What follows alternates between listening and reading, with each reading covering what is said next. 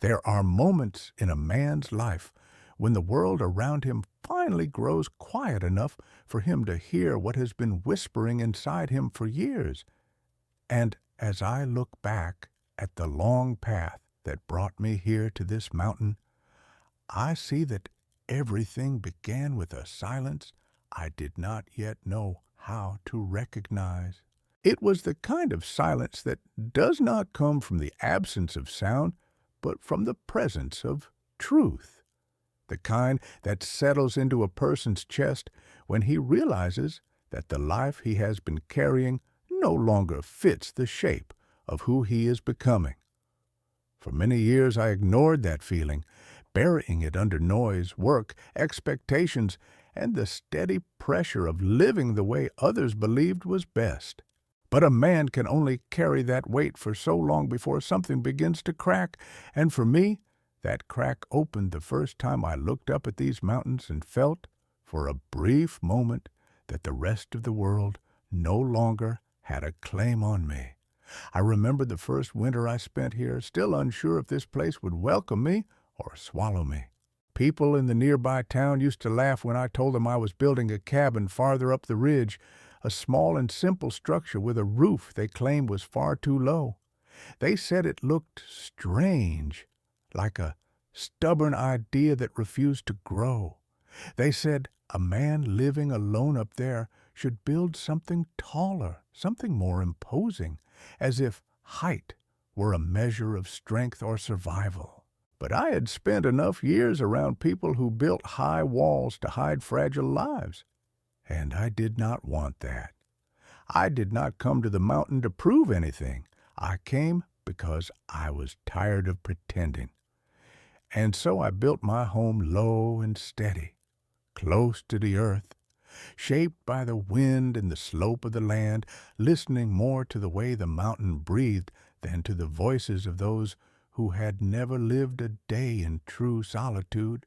They mocked it at first, but I knew what I was doing, and the mountain knew it too.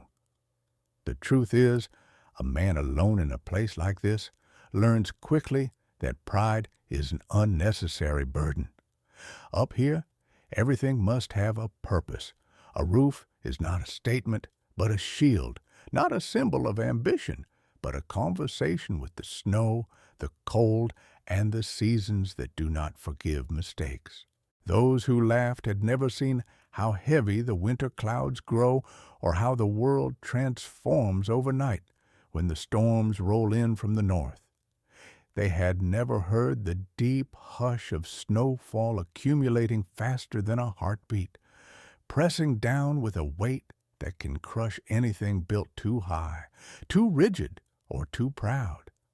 I built my home the way an old mountain goat chooses a ledge, and while some might call that humble, I call it wise.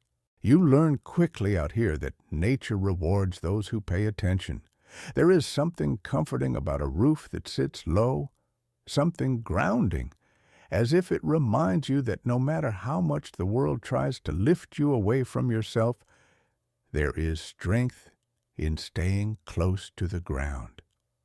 When the first heavy snowstorm of the season arrived, it came without warning, sweeping across the ridge like a living thing, thick and relentless. I had been gathering firewood earlier that day, stacking it carefully inside the shed, and when I looked up to the sky, I recognized the color of the clouds. It was the same color I had seen many years ago when I was still learning how to read the mountain's moods, a deep and heavy gray that meant the snow would not fall, it would pour. I hurried back to the cabin, closed the shutters, tightened the door, and waited. Some storms speak softly before they arrive, but not this one. This one came roaring. All night the snow piled up. I could feel the weight settling onto the roof above me, heavy and constant, like a slow tidal wave made of ice. I listened to it the way you listen to an old friend breathing beside you, steady and familiar. The cabin creaked at times, but not in fear. It creaked the way an old tree does in the wind, bending but unbroken. When I stepped outside the next morning, the world was buried under more than 300 pounds of fresh snow, dense and wet, the kind that crushes roofs built too tall and steep. The trees bent low under the weight, and the ground disappeared beneath a thick white blanket that seemed to swallow all sound. But my home stood exactly as I had built it, solid and unchanged, the low roof carrying the burden with ease. The neighbors who had mocked it never understood that height is weakness when the sky decides to fall. It was a quiet victory, one that belonged not just to me, but to the mountain itself, which had taught me everything I needed to know simply by allowing me to stay. A man becomes part of a place like this slowly, almost unknowingly. At first, you believe you are just passing through, escaping something, or searching for a temporary refuge. But then you wake up one morning and realize the mountain has shaped your habits, softened your temper, and taught you to listen. You start noticing how the wind sounds different through the pines, depending on the hour of the day, how the snow behaves differently, depending on the week of the winter, how the animals travel the land long before the storms arrive. You begin to understand that life is not the hurried path you once believed it to be. It is an unfolding, a conversation, a long, steady breath. And when that understanding settles into your bones, something inside you loosens, something that had been tense for years without you realizing it. Some people come here chasing silence because they believe isolation will heal them. But the truth is, silence is not something you chase. It is something you allow. The mountain does not heal you by force. It heals you by letting you sit with yourself long enough to stop running from what you already know. The mornings up here begin with cold air that stings your skin just enough to remind you that you are alive, followed by a slow warming as the sun climbs over the ridgeline. I often sit outside with a cup of black coffee, letting the steam rise into the crisp air while I watch the snow shift in color from dark blue to soft white as the light touches it. There is a peace in those moments that I cannot fully explain. It is not dramatic. It is not profound. It is simply real, and that is enough. There are many who do not understand why a man would choose to live alone on a mountain, especially when the world below offers endless comforts, distractions, and conveniences that promise to fill every empty space. But the truth is, I was never trying to escape people. I was trying to find myself again. And while that may sound like something people say when they are broken, the reality is much simpler. I chose this life because it feels like home. I chose it because I feel lighter here, not burdened by expectations or noise. I chose it because the mountain does not ask me to be anything other than who I am. And when you find a place that accepts you without conditions, you hold on to it. If you have ever felt that quiet pull in your chest, that longing for something simpler, steadier, more honest, then perhaps you understand a little of what I felt the day I built this cabin. Perhaps you too have wondered what your life might look like if you stepped away from the noise long enough to hear your own thoughts again. People laugh at the things they do not understand, and they mocked the roof not because it was wrong, but because they could not see the reason behind it. But that is the beauty of this life. You do not need to explain yourself to anyone. You just need to listen to what the world around you is trying to teach. And as I sit here now remembering those early days, the cold air on my face, and the low roof that protected me from a weight that would have crushed a taller home, I think about all the people who watch this story from faraway places, perhaps sitting in small apartments, busy streets, or crowded rooms where silence is hard to find. Maybe you understand more than you think. Maybe this mountain speaks to you too in some quiet place inside yourself. Before we go deeper into this journey, I would like to know something simple about you. Tell me where you are watching this from, because every place carries its own kind of silence, and I would like to imagine yours as we continue this story. It is strange how the past follows a man even when he believes he has left it far behind, moving like a quiet shadow that stretches or shrinks depending on the angle of the sun. I never intended to tell anyone the full story of why I chose this solitary life, not because it carries any shame or regret, but because some truths feel too intimate to expose to the world. Yet, as the years passed and the mountain shaped me into someone more patient and open, I realize that the weight we carry becomes lighter when we allow it to be spoken. So when I think back to the life I had before coming here, I remember it not with bitterness, but with a strange kind of tenderness, as if I were looking at a younger version of myself who tried very hard to belong to a place that did not truly need him. I once lived in a city where the days passed too quickly and the nights felt too long, surrounded by people who spoke loudly but said very little. I had a job that kept me constantly moving, dealing with schedules, demands, and responsibilities that seemed to multiply every time I blinked. I convinced myself that this was what life was supposed to be, that constant motion was proof of purpose. But the truth was that I felt increasingly distant from myself, as if I were becoming a spectator in my own life, watching from the outside as I played a role I did not choose. I would wake before dawn, stare out at the crowded streets, and feel something tight in my chest that I could never quite name. Some would call it anxiety, others restlessness, but for me, it felt like a quiet sorrow, the kind that comes when a person realizes he is living for everything except what truly matters. Through those years, I carried a sense of duty to people who depended on me, and that duty kept me rooted in a place my spirit had outgrown. There were family obligations, responsibilities to coworkers, and the constant expectation that a man should keep climbing, achieving, proving himself.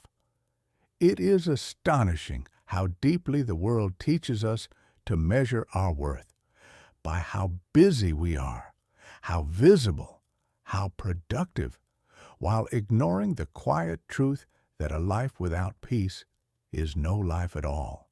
I kept pushing forward, telling myself that the heaviness would fade, that things would improve if I just tried a little harder. But the heaviness did not fade. It settled deeper. I remember one evening in particular, long before I had the courage to make any real changes. I was walking home after another long day, shoulders tight, eyes tired, the sky above me thick with the orange glow of streetlights.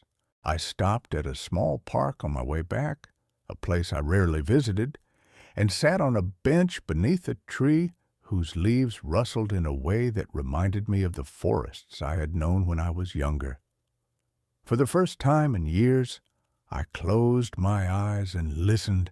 The sounds of the city faded just enough for me to hear the whisper of wind moving through the branches, and in that brief moment, something shifted inside me.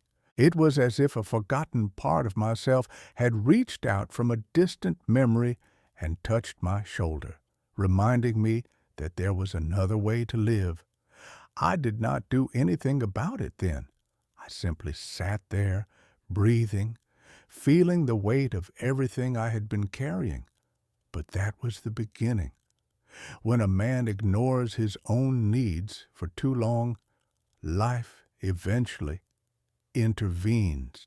For me, it came not as a dramatic event, but as a slow unraveling, a quiet exhaustion that made even simple tasks feel heavy. I lost interest in things that once brought me joy, drifted away from friends, and felt increasingly hollow inside. People noticed, of course, but they interpreted it as fatigue or a passing phase. They told me to rest more, take a short trip, find new hobbies. But they did not understand that the emptiness I felt had nothing to do with lack of rest. It had everything to do with the fact that I was living a life that did not belong to me. It took many years for me to finally acknowledge what my heart had been whispering all along. I needed silence. I needed space. I needed a life shaped not by expectations, but by truth. I needed a place where I could breathe without feeling the weight of a world that demanded I constantly perform. The decision to leave did not arrive suddenly. It grew slowly, like a seed that had been buried for years, finally pushing upward toward the light. I began to spend more time outdoors, walking in the small patches of forest near the edge of the city, feeling a strange sense of relief whenever I stepped away from the noise. I began reading books about simple living, remote places, and the old ways of survival, imagining what my life might look like if I had the courage to pursue something different. Then one morning, I woke up before the sun and felt an unusual calm inside me, a kind of clarity I had not felt in years. I sat on the edge of my bed, listening to the faint hum of traffic outside, and realized I did not want to live another day feeling like a stranger to my own soul. The decision was not dramatic or emotional. It was gentle, steady, like a quiet truth finally spoken. I packed a small bag that day and traveled to a region I had visited once as a teenager, a place filled with mountains that had remained in my memory like an unfinished sentence.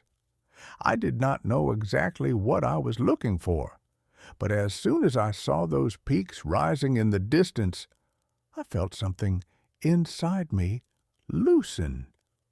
It was as if the mountain had been waiting for me. I spent several weeks exploring the region, walking trails, talking to locals, and observing how the weather moved through the valleys. The more time I spent there, the more certain I became that this was where I belonged.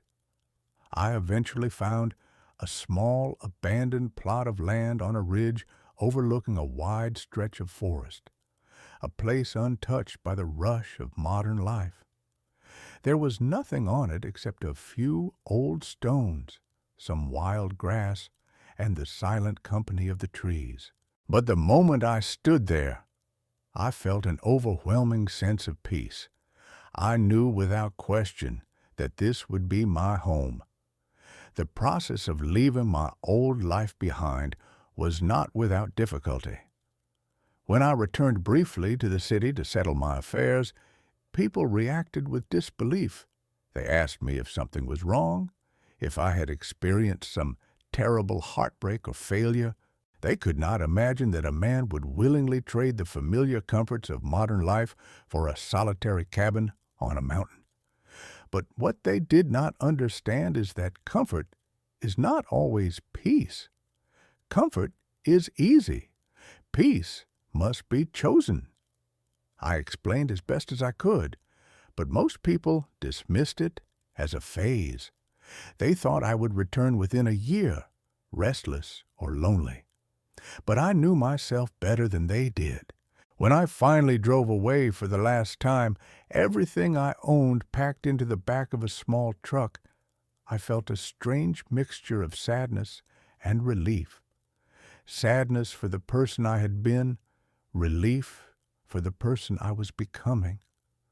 I watched the city disappear in the rearview mirror, and with each mile I traveled toward the mountains, I felt the weight on my chest lighten.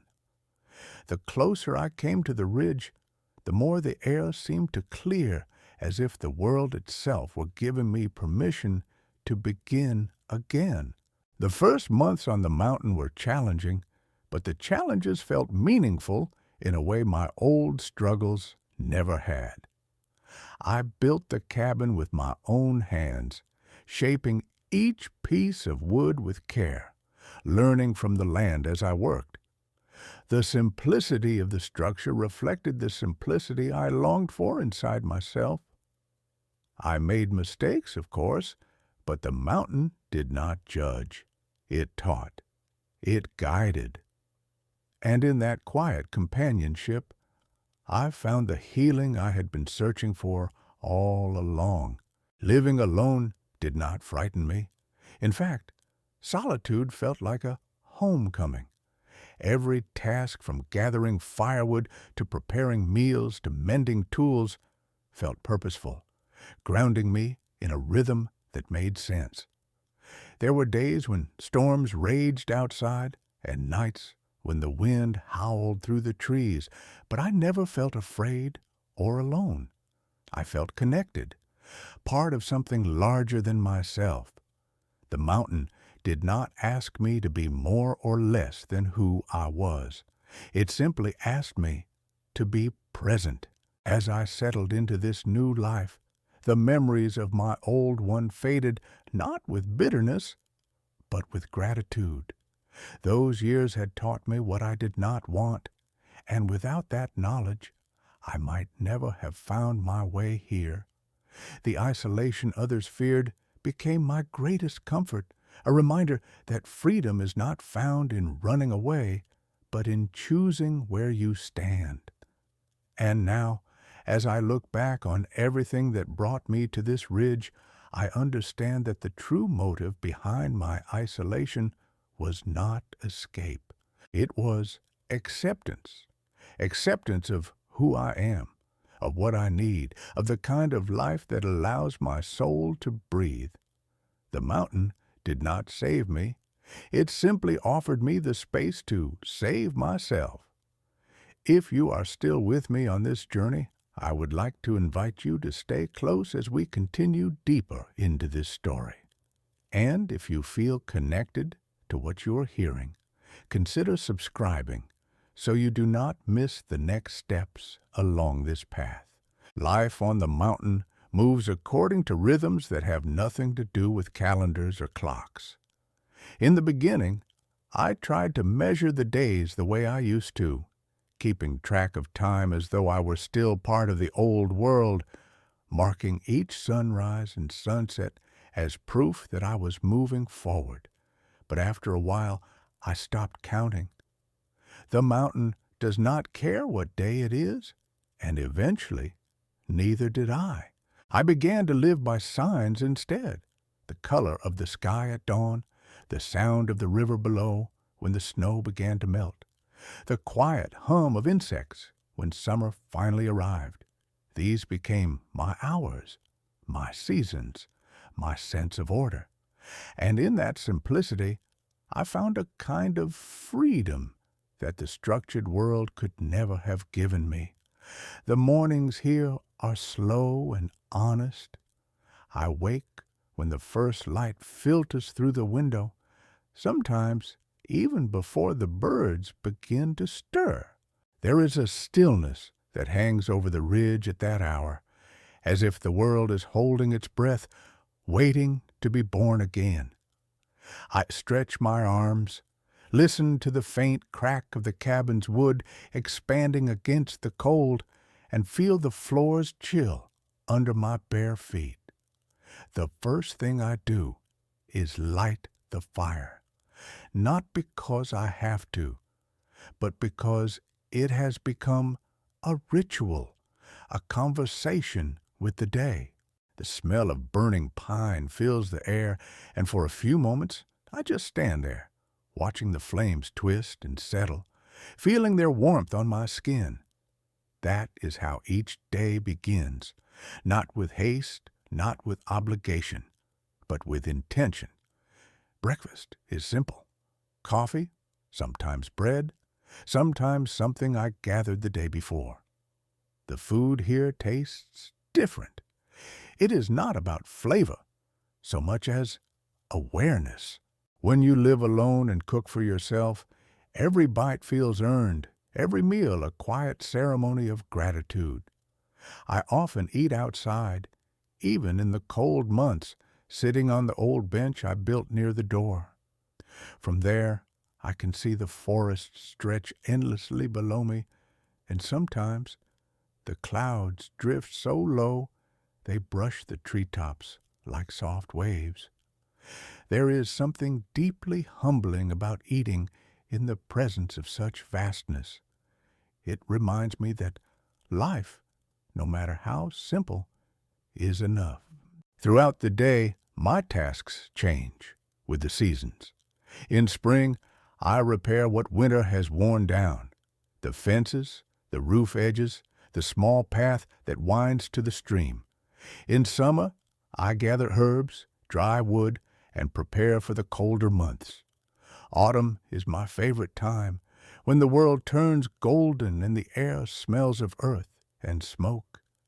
I spend hours walking through the woods, collecting mushrooms, stacking firewood, and listening to the wind as it moves through the dry leaves. Winter is the hardest, but also the most beautiful. Everything slows down and the silence becomes absolute. It is in that silence that I feel closest to myself. There are days when the weather keeps me indoors for long stretches. On those days, I read. I have only a few books, some worn novels, a collection of old poems, and several journals filled with my own writing. I write often, not to share, but to remember. Writing has become my way of speaking to time, a way to make sense of the thoughts that drift through the quiet hours. Sometimes I read my old entries and smile at how uncertain I was in those first months, how I doubted whether I could truly live alone. But with each passing year, the doubts faded, replaced by something softer and stronger. Trust. Trust in myself. Trust in the rhythm of the land. Trust in the decision that brought me here. Living in silence does not mean living without sound. The mountain is never truly quiet. There is always the crack of wood, the whistle of wind, the distant call of birds, or the shifting groan of ice as it melts on the river. But those sounds are not noise. They are the language of the place. I have learned to listen to them the way one listens to a friend, patiently, attentively, with respect. Over time, I began to understand that silence is not the absence of sound, but the presence of everything. It is a space where life unfolds without interference, where you can hear your own heartbeat and realize that it belongs to something larger than yourself. At first, solitude can feel like an empty room. You hear the echoes of your own mind too clearly, and it can be uncomfortable. The city teaches you to fill every silence with distraction, to always have something playing, something glowing, something demanding your attention. But up here, there is no distraction. Only you, the mountain, and the long stretch of quiet hours that ask you to be honest. I remember in the beginning how I would talk aloud just to hear a voice, how I would fill my days with unnecessary work simply to avoid stillness. But slowly, that need faded.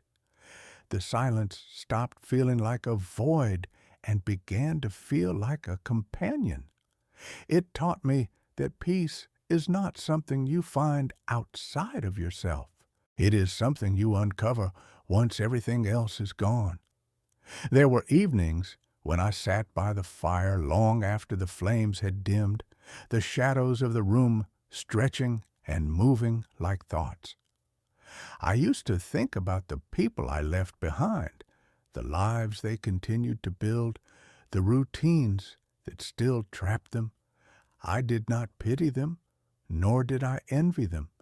I simply wondered if they had ever stopped long enough to ask themselves whether the life they were living was truly theirs. I think that is the question that haunts many people without them realizing it. We live in a world that rewards noise, speed, and ambition, but rarely reflection. We fill our days with tasks that make us feel useful, but not alive. It is only when everything slows that the truth has room to speak. Sometimes, when the weather is clear, I walk up to a ridge about an hour from my cabin where the view opens in all directions. From there, I can see the valleys, the rivers, and the faint traces of villages far away. On certain days, I see smoke rising from distant chimneys, and it makes me smile. Somewhere down there, people are living their lives rushing to work, worrying about things that will not matter in a week.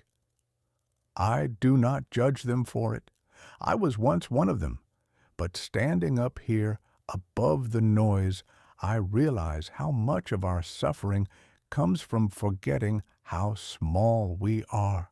The mountain reminds me of that every day, not to make me feel insignificant, but to free me from the illusion that I need to be anything more than what I am. There is a purity in repetition.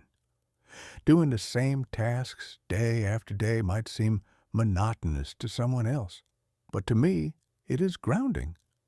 Gathering wood, fetching water, repairing tools, tending the small garden, these are not chores, but meditations. Every movement has meaning because it connects me to survival, to continuity, to the cycle of giving and receiving that defines all life here.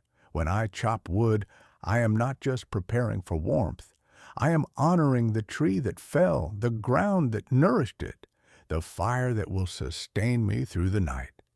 When I drink water from the stream, I am reminded that simplicity is not deprivation. It is abundance without waste. I have learned that solitude does not mean loneliness. They are not the same.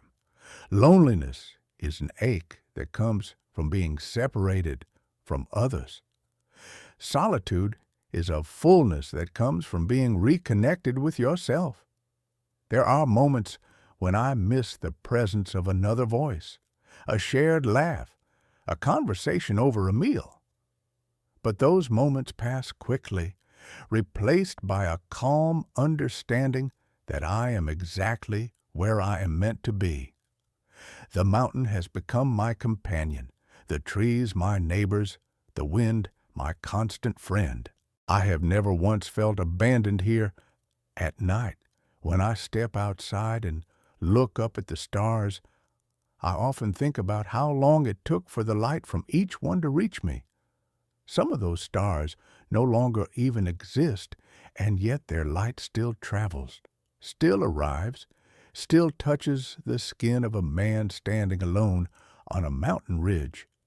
It makes me wonder how much of what we see in life is already gone, and how much remains unseen simply because we are not looking in the right direction. Out here, under this vast sky, I have come to understand time differently. It no longer feels like a line stretching forward, but like a circle that keeps folding back on itself, teaching the same lessons in quieter and deeper ways. The silence has become my teacher, my mirror, and my friend. It has shown me how little I need to live, how much beauty exists in stillness, and how peace is found not in having more, but in wanting less. There are no clocks here, no deadlines, no applause. There is only the slow pulse of life, and in that pulse I have found meaning. If you have listened this far, you already understand that this story is not just about a man and a mountain. It is about remembering what it means to be alive in a world that has forgotten how to be still. Stay close, because soon I will tell you about the day everything changed, the day the mountain tested everything I thought I had learned, and how that test revealed something I never expected. The mountain has its own way of testing a man, not with cruelty, but with purpose. It does not send challenges to break you. It sends them to see if you have truly been listening. Every season carries its lessons, but the winter of my 3rd year here brought one that I will never forget. It began quietly, as all great tests do, with signs so subtle that only those who have learned to pay attention could recognize them. The birds flew lower that week, their wings cutting through the air with urgency. The wind shifted direction and carried a dry, metallic scent that hinted at something vast building beyond the ridge. Even the trees seemed restless, their branches creaking with unease long before the sky began to darken. By then, I had grown confident in my life here. My cabin was sturdy, my supplies were organized, and my body had adapted to the long, harsh winters. I had learned how to predict storms by the way the air thickened and how the snow changed texture before the wind picked up. I had stopped fearing the elements, trusting that preparation and experience would see me through. But there is a fine line between confidence and complacency, and I realized now that the mountain had been watching me grow too comfortable. It waited, patient and silent, until it was time to remind me that nature bows to no man. The storm arrived 3 days after the first signs. It began as a whisper, a faint mist that brushed the treetops, followed by the slow descent of soft flakes.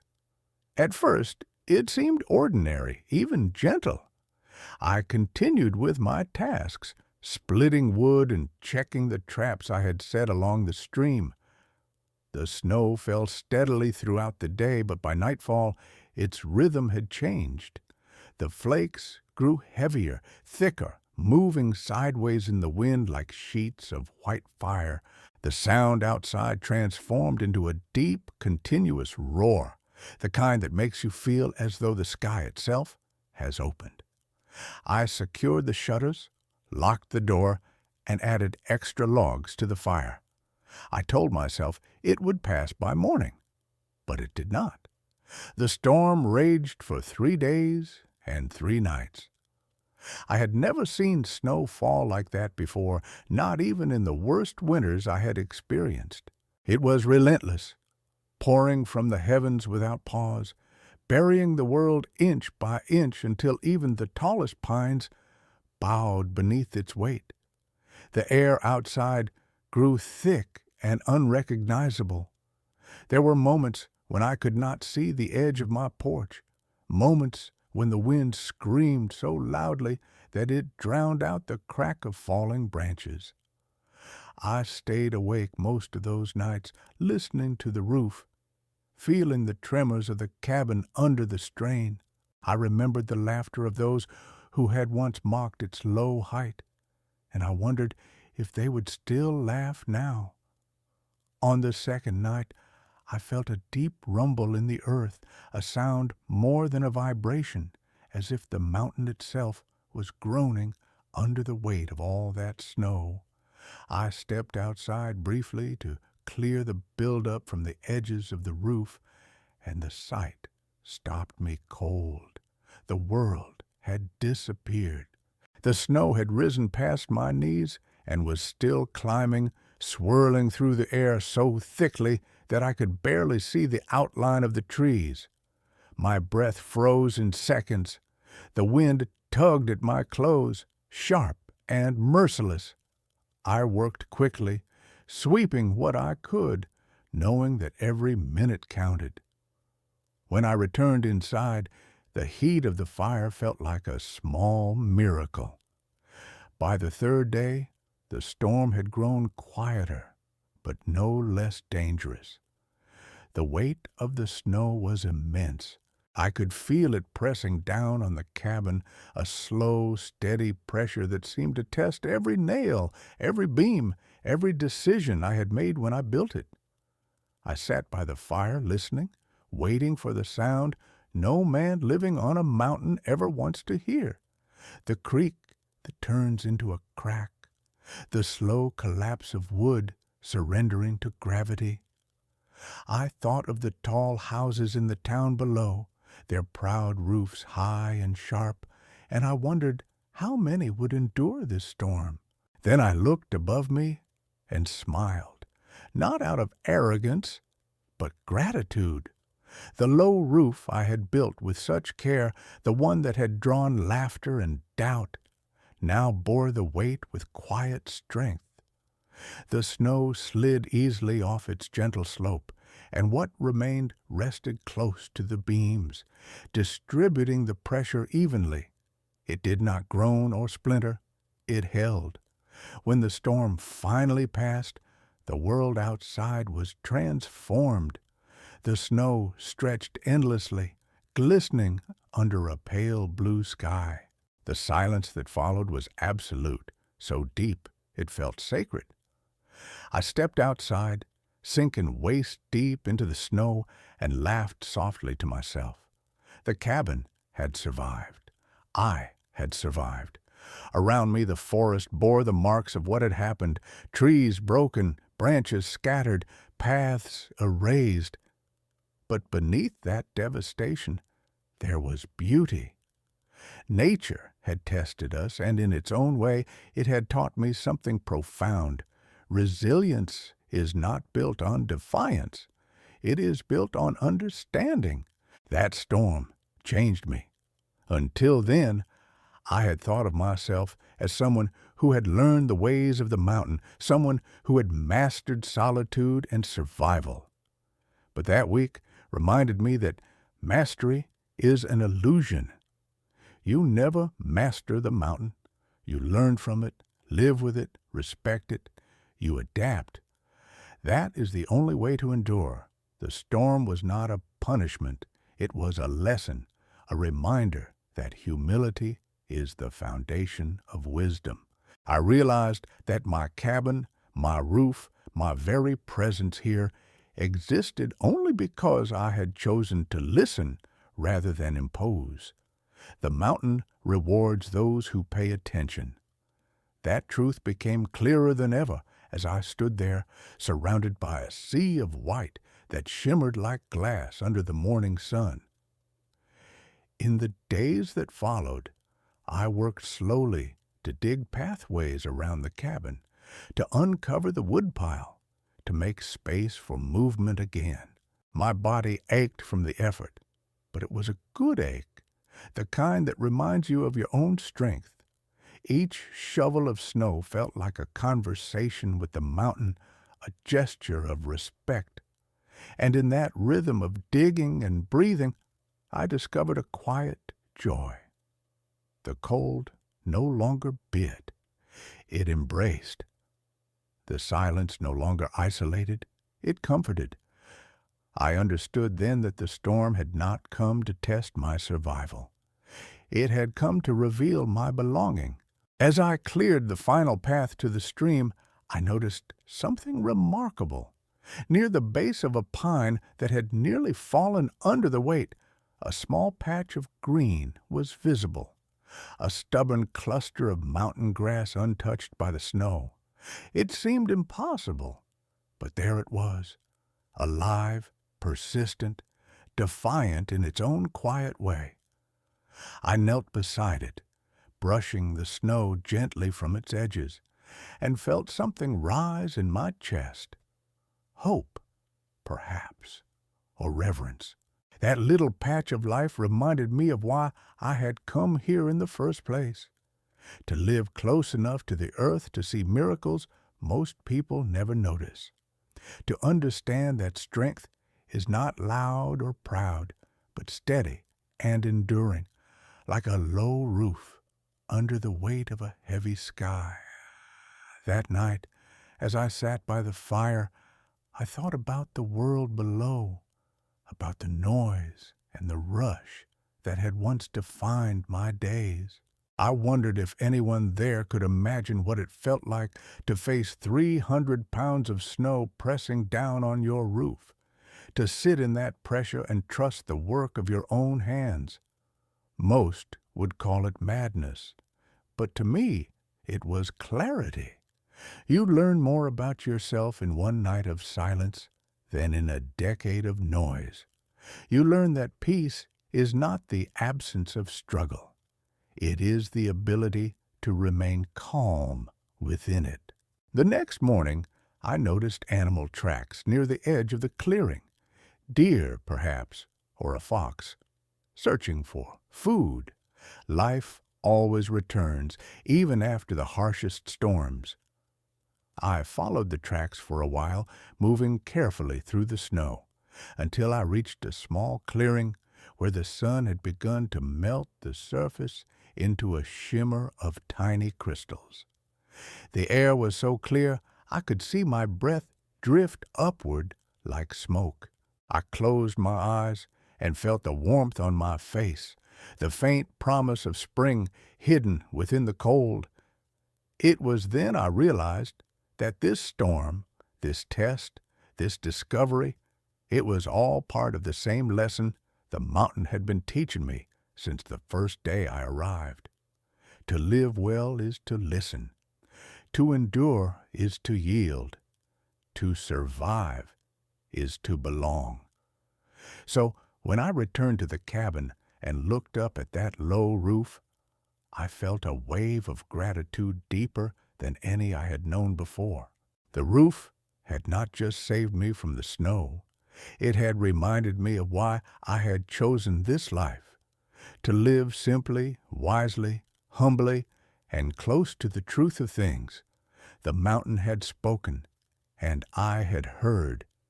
And if you have stayed with me through this far, I want to say something from the heart.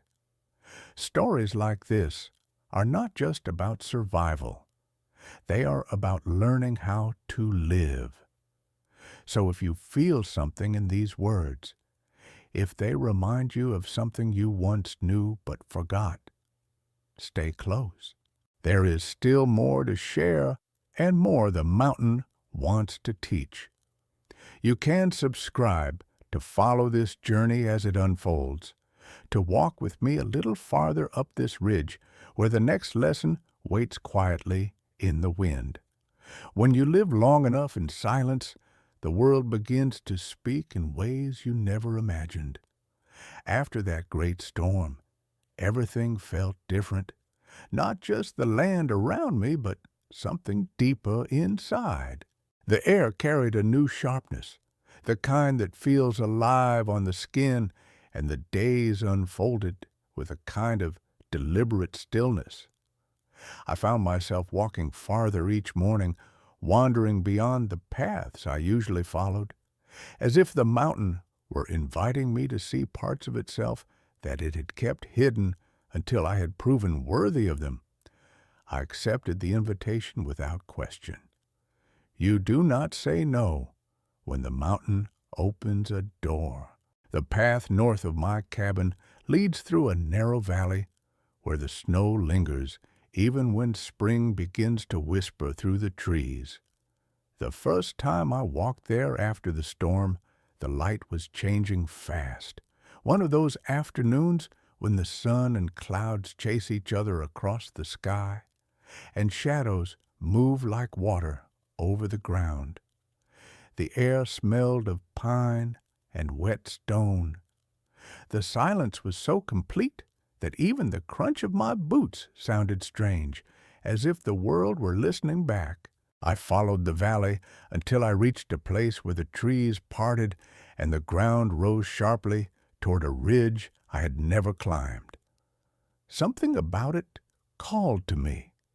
It was not curiosity in the ordinary sense, but a quiet pull, the same kind of pull that once drew me here years ago when I left the city behind. Climbing that ridge was harder than I expected. The snow was still deep in places, and the wind grew stronger the higher I went. Yet there was a strange warmth in the effort, a rhythm that carried me forward. My breath came out in clouds that hung in the cold air before dissolving. When I finally reached the top, the view opened wide before me, and for a long moment I could not move. The land stretched in every direction, rolling forests, frozen rivers, distant peaks, dusted with light. I had thought I knew this mountain well, but standing there, I realized how little I had seen. It was as if the mountain had been holding back its full face until now, revealing it only when I was ready to understand. I stood there for what felt like hours, listening to the wind move across the ridges. It carried no words, yet I felt as though it were telling me something about scale, humility, and belonging. I had come here seeking peace, but the mountain had given me something far greater: perspective. Down in the valleys, life feels personal, filled with the noise of wants and worries, but up there, surrounded by that vastness, I felt my smallness not as a loss, but as freedom. To be small in a world so large is not to be insignificant. It is to be in right relation to everything that exists. When I finally descended, dusk had begun to fall. The snow reflected the fading light in soft shades of blue and silver. I returned to the cabin tired but calm, as if something inside me had quietly settled. That night, as I sat by the fire, I thought about the path I had taken to reach this point. Not just the physical climb, but the one that had carried me from the noise of the city to this quiet life on the mountain. I realized that solitude had changed me in ways I could never have planned. It had stripped away the unnecessary. The false layers I once believed were part of me. What remained was simple, but it felt true. There is a kind of knowledge that can only be learned through silence. Books can describe it. People can hint at it. But it only becomes real when you live it. You learn it in the steady rhythm of your breath, in the sound of snow melting on the roof, in the patient waiting for spring to return. You learn it in the acceptance of what you cannot control. The mountain does not ask for perfection. It asks for presence. And when you give it that, it gives back more than you can ever repay. As the seasons turned once more, the ice began to break on the river. The air softened, carrying the scent of wet earth and new life. I started to see the first signs of green pushing through the thawing ground, fragile and determined. Each spring feels like a miracle, no matter how many I've seen. It's a reminder that even after the harshest winters, life finds its way back. I sometimes think about people in the world below who live surrounded by abundance, yet rarely see renewal. They chase progress, but forget to witness the quiet miracles happening right under their feet. Up here, every small change is monumental. Every new leaf feels like a promise kept. One morning, I woke to the sound of dripping water, a steady rhythm as the snow melted from the roof. I stepped outside, and for the first time in months, I heard the distant call of birds returning. Their song carried across the valley, pure and unbroken, and I stood there smiling like a child. It reminded me that everything in nature moves in cycles, that endings and beginnings are never separate things, but parts of the same flow. My own life had followed that pattern, though I hadn't seen it clearly until now. Leaving my old world was not an ending. It was a return, a circling back to something I had always known but forgotten. That day, I walked down to the stream. The snow along the banks was melting, revealing the stones beneath, dark and shining in the sunlight. The water ran fast and cold, breaking through the ice like a heartbeat. I knelt, cupped my hands, and drank. The taste was sharper than any drink I'd known, alive in a way nothing from the city ever was. As I sat there, I felt a deep awareness settle into me, an understanding that I had not just built a life on this mountain, but that the mountain had built itself within me. Every breath I took, every thought that slowed, every choice I made had been shaped by its rhythm. I was no longer a man living on the mountain. I was a man of the mountain. There are people who think solitude makes a person smaller, that living away from society means giving up on the world. But solitude, when chosen with love, expands you. It teaches you to listen, to see, to understand the subtle patterns that most people rush past. It teaches you patience, not the waiting kind, but the enduring kind, the one that trusts that everything arrives in its own time. And perhaps most importantly, it teaches you compassion. Because once you understand how connected everything is, how fragile and interwoven life can be, you stop taking more than you need. You stop seeing yourself as separate from the rest of existence. Sometimes at night, I think about the people I left behind, not out of regret, but out of gratitude. They were part of the path that led me here, even if they could not follow. I wonder if they ever found their own version of peace, if they ever paused long enough to listen to the silence within their own lives. Perhaps they will never understand why I chose this life, but understanding is not required. We all have our own mountains to climb, our own storms to face, our own low roofs to build against the weight of the world. The more time passes, the more I see how every hardship carries a gift. The storm that once frightened me now feels like an old friend. It reminded me of balance, of the strength that comes from humility. The loneliness I once feared has become a companion, guiding me inward toward clarity. Even the challenges, the cold, the hunger, the isolation, have softened into teachers. Each one has carved a lesson into me like wind on stone. On one of the warmer evenings of that spring, I built a small fire outside and watched the sun set behind the peaks.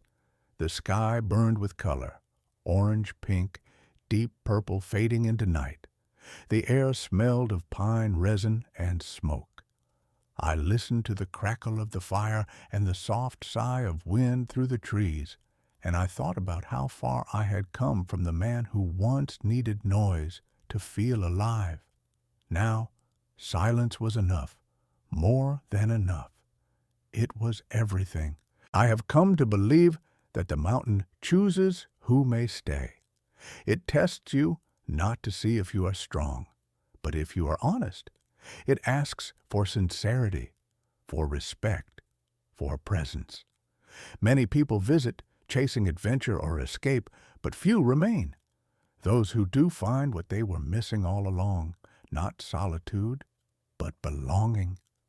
That is what I found here. Belonging without ownership. Peace without pride. The days pass now in a rhythm so natural that I no longer think of time at all. The sun rises, the wind moves, the stars return, and in between I work, rest, and listen. There is no grand ambition left in me, no restless urge to change what is already perfect in its imperfection. The mountain and I understand each other. It offers its lessons quietly, and I receive them with the gratitude of someone who finally knows what it means to be alive. And if you have been listening to this story with an open heart, perhaps you understand a little of what I mean. Maybe somewhere deep down, a part of you has been waiting for its own stillness, its own mountain, its own silence. When that moment comes, do not be afraid to answer it, because peace is not found in running from the world. It is found in remembering that you were always part of it. If these words resonate with you, stay close to this journey. There is one last part to tell, one final reflection on what it means to live, to leave a legacy, and to listen to the silence that remains after everything else has faded. There is a certain point in a man's life when he stops trying to name everything he feels. Words begin to lose their urgency, and silence becomes enough to carry meaning. I reached that point somewhere between the 5th and 6th winter, when the rhythm of the mountain had become as natural to me as breathing. I no longer kept count of the years or marked the passing of seasons with any kind of ceremony. They flowed through me like water through the roots of a tree, steady and unseen, shaping the life I had built here in quiet ways. It was then that I realized what the mountain had truly given me. Not just solitude, not just survival, but peace. The kind of peace that does not depend on circumstance or comfort, but on acceptance. The kind that grows out of stillness and endures like stone. By then, the cabin had aged along with me. The wood had darkened, the roof had settled a little lower, and the stones I had placed by hand around the foundation were covered in moss. Yet it felt more alive than ever, as if the years had allowed it to breathe in rhythm with the mountain. I often thought of it as an extension of myself, not something separate, but something that grew and changed as I did. Each creak of its walls, each mark on its floor, held a story. When the wind blew at night, it whispered through the cracks like an old friend reminding me of how far I had come. I no longer worried about the storms or the snow. The roof, the one they once mocked, had proven itself many times over, not just as a shield against the weather, but as a symbol of the quiet wisdom that humility brings. Most mornings now begin slowly. I rise before dawn and step outside before the sun touches the peaks. The world is blue and silent, except for the faint rustle of wind moving through the pines.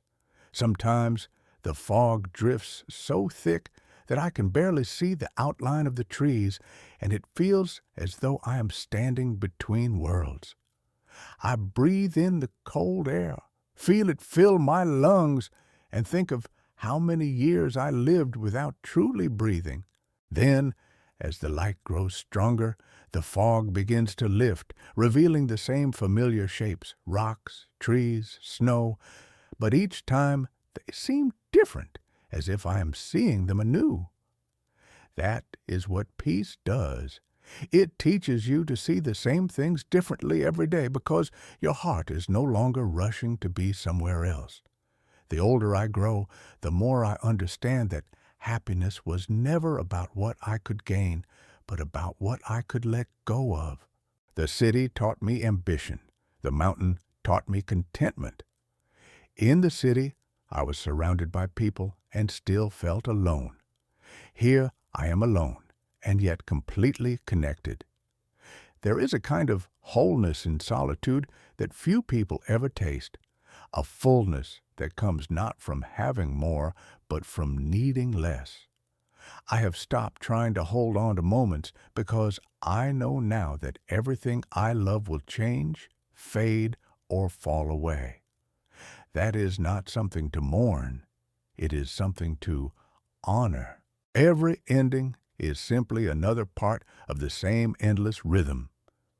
The leaves that fall become soil, the soil becomes roots, and the roots reach upward again. I, too, am part of that cycle. Sometimes I walk to the ridge where I can see the valley below. On clear days, I can make out the faint glimmer of rooftops from the distant village. Smoke rises from their chimneys just as it does from mine. But the sound of life there feels so far away now that it might as well belong to another world. I no longer feel the urge to go back. I have no unfinished business with the life I left behind. The people who once laughed at my roof or questioned my choices have all continued along their own paths, and I wish them well. I do not resent them. In truth, I thank them. Their disbelief made me more certain of what I needed to do. They taught me, without meaning to, that no one else can define the life that brings you peace. In the evenings, I sit by the fire and watch the flames rise and fall. The fire is never still. It dances and breathes just like the mountain wind. I often think about how everything alive moves in cycles of growth and decay, and how the beauty of life comes from that impermanence. There is comfort in knowing that nothing is meant to last forever, not even me. When my time here ends, the mountain will continue as it always has. Snow will fall, rivers will flow, trees will rise where old ones have fallen. The cabin will one day crumble back into the soil, and maybe, years later, someone walking through these woods will find a stone or a piece of wood and wonder who once lived here. They will not know my name, and that is as it should be. The mountain does not keep names. It keeps stories in silence. As I grow older, my days have become smaller, but no less full. I move slower, I rest more often, but everything I do feels deliberate. I still tend to fire, gather wood, and walk to the stream for water. These tasks keep me grounded, connected to the rhythm of the world. Sometimes I catch my reflection in the still surface of the water and barely recognize the man staring back. His beard is white now, his face marked by sun and time, but his eyes are calm. I think about the man I used to be, the one who lived in noise and hurry, who measured life by productivity and approval. I feel compassion for him now. He was not wrong, only lost.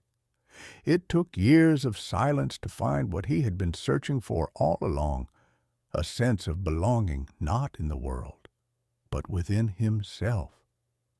There are moments when the wind carries voices from the valley, laughter, a barking dog, sometimes even music from a distant celebration. When that happens, I smile. It reminds me that life continues everywhere in every form, and that there is joy even in places I no longer walk. I do not feel excluded from it. I feel part of it in a different way, as if I am watching from the edge of something vast and eternal, content to be a quiet witness. The mountain has taught me that participation does not always mean presence. Sometimes, simply existing in harmony with the world is enough. On nights when the sky is clear, I go outside and watch the stars.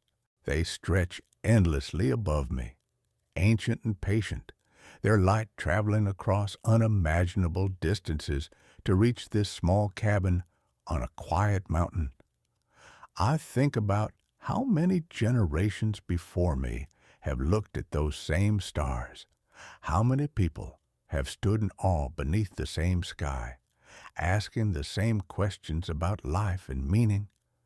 And in that vastness, I find comfort. We are all brief sparks in the great darkness, but even a spark can light the way for a moment. That is enough. I do not need eternity. I only need this moment, and I have learned to live fully inside it. Sometimes I wonder what will happen when my story ends here. Perhaps one day, when I am gone, the snow will fall again on this low roof, covering it softly like a final blessing. The wind will move through the trees as it always has, and the silence will return to fill every corner of this place. I like to think the mountain will remember me, not as a name or a voice, but as a small piece of its endless rhythm, a man who listened, who learned, who loved it honestly. That is enough of a legacy for me. I do not wish to be remembered with grand stories or monuments. I only hope that when the snow falls, it will fall gently, and that whoever walks these woods years from now will feel the same peace I felt here. The truth is, we spend much of our lives searching for meaning in things that were never meant to hold it. We chase it in success, in possessions, in recognition. But meaning is not found in the things we build. It is found in the quiet moments when we realize we are part of something larger than ourselves. The mountain has taught me that lesson every day. Meaning is in the breath you take before dawn, in the sound of water breaking through ice, in the warmth of fire against the cold. Meaning is in the silence between words, in the space between heartbeats, in the stillness that remains after the storm. That is the wisdom I will leave behind. Now, as I sit here watching the fire burn low, I feel no sadness about the years that have passed, only gratitude. Gratitude for the storms that shaped me, for the solitude that taught me patience, for the silence that revealed truth. Gratitude for the low roof that once drew laughter and later saved my life. Gratitude for the mountain that became my teacher, my home, and my friend. If this story reaches anyone beyond these woods, I hope it reminds them that peace is possible, that it lives not in escape, but in acceptance. If you have walked this far with me, I thank you. You have listened not just to my story, but to the voice of the mountain itself, carried through these words. Before we end, I want to leave you with a small request. If this story touched something in you, if it reminded you of your own quiet longing for peace, take a moment to share that feeling. Tell me where you are listening from. Leave your thoughts below and let me know what silence means to you. And if you wish to keep traveling with stories like this, stories that speak softly but reach deeply, you can like this video, subscribe to the channel, and share it with someone who might need a moment of calm. Because, in the end, we are all searching for the same thing, not noise, not glory, not perfection, but peace. And peace, my friend, is always closer than it seems. It lives quietly, waiting in the low places of the world where the snow falls heavy, the air is clear, and the heart learns at last to rest.